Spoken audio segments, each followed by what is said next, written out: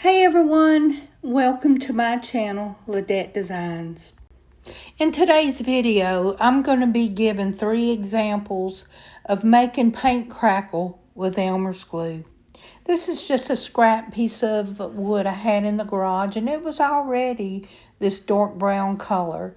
So when you're doing your paint, you can paint the base coat any color you want. It needs to be darker than the top coat. That way it shows underneath the crackle. So I'm going to show 3 different techniques. The first one is going to be just painting in one direction.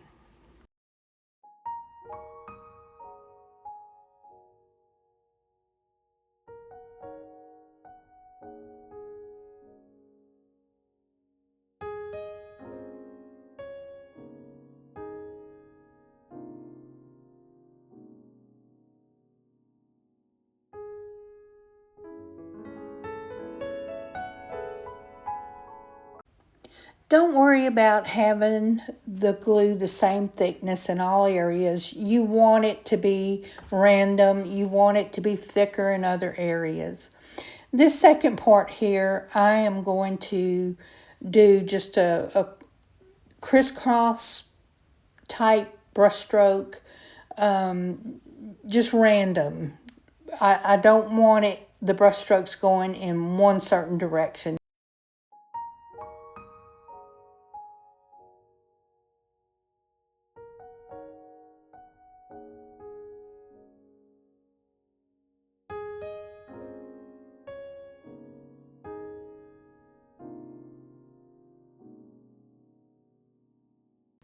Okay, in this last section, this is the technique that I personally use, and I absolutely love the results. I'm taking the Elmer's glue in my brush and I'm stippling the glue on, which of course is just in random spots. Just put it where you want. Just don't worry about it. Don't think too much on it. Just do a random pattern. Stippling, of course, it's going to be thicker in some areas than others. All right, once you have your glue down like you want, I'm going to take my heat gun, and this is just the way I do it. You can try, you can practice however you want, do test boards. I take my heat gun and I dry it pretty much to the point of being tacky, and it's still a little bit damp.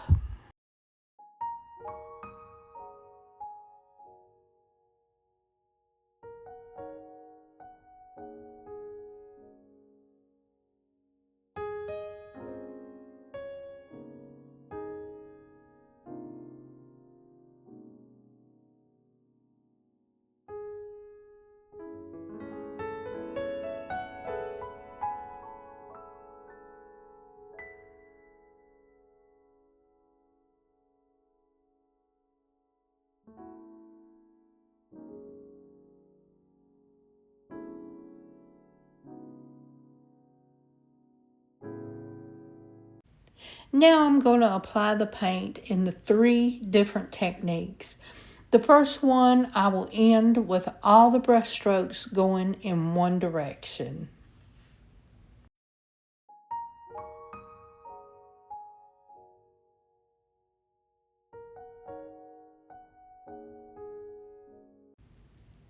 On the second one, I will be doing the crisscross with my brush, just random strokes. Nothing in any one certain direction, just crisscross it all over. On the third one is the technique I love the most. I had some already mixed up, the Rust-Oleum Linen White with a little bit of Dixie Belle Sea Spray. I thought I had enough to finish it, but I had to mix some more. But on this technique, I'm pouncing. I'm just taking gobs of paint on my brush and just pouncing all over the glue, just randomly. No certain direction. Here I'm just mixing a little more. I thought I had enough.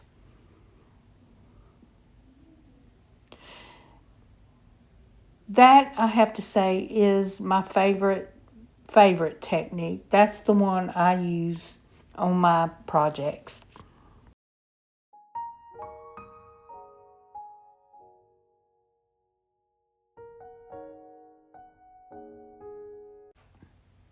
I'm pointing out, look, it's already crackling, and I haven't even put the heat gun to it.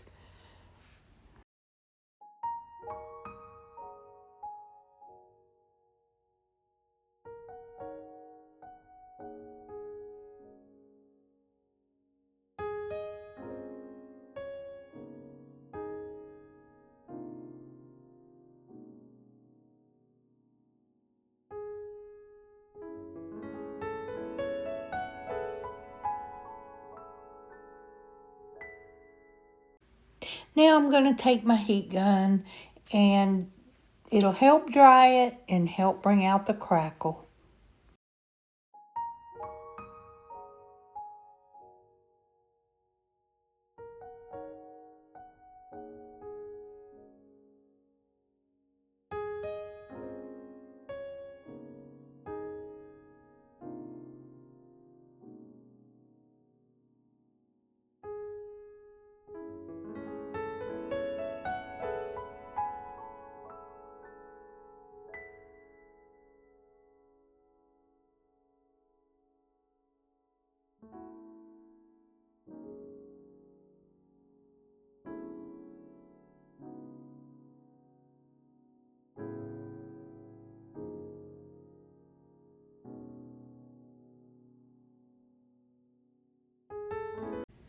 All right, as you can see, 3 different techniques, 3 different results.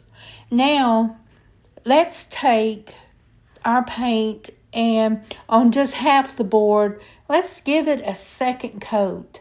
If you're not happy with the coverage, let's try giving a second coat over the crackle and see what we get.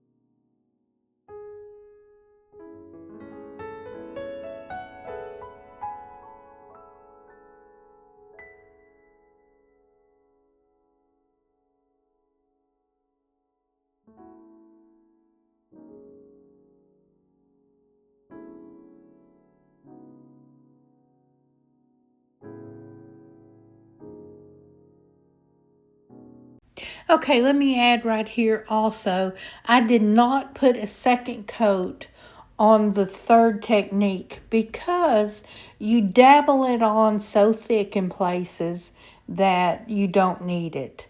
And as you can see here, the second coat covered more but still had some crackle. So it did tone down the real heavy crackling. So it would depend on what kind of look you want. So now let's apply the Waverly Antiquing Wax and wipe it back and see what it does. Now this is without a top coat on the first 2, and of course, if you don't want it that dark, you can apply a top coat first and it will wipe back more. And you'll see that on the third square. I do seal it before I antique it.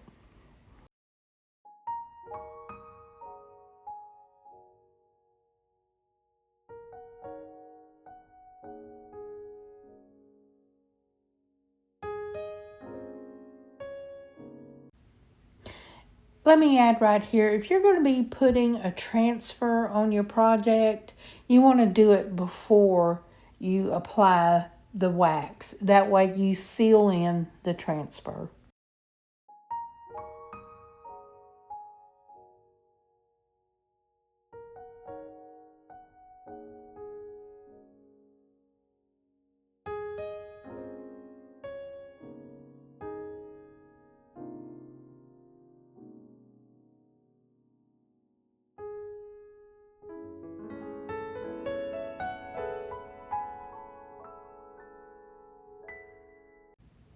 All right, on the third technique, I'm going to take Mod Podge in the matte finish. It's a spray acrylic sealer, and I'm going to give it one coat and let that dry real good. And then I will apply my Waverly antiquing wax. And you'll notice that between technique 1 and 2, with the sealer on it, it will white back and the white part will still be bright or brighter, and the antiquing wax still gets down into the cracks. So it just depends on what look you're going for. But this is my favorite technique.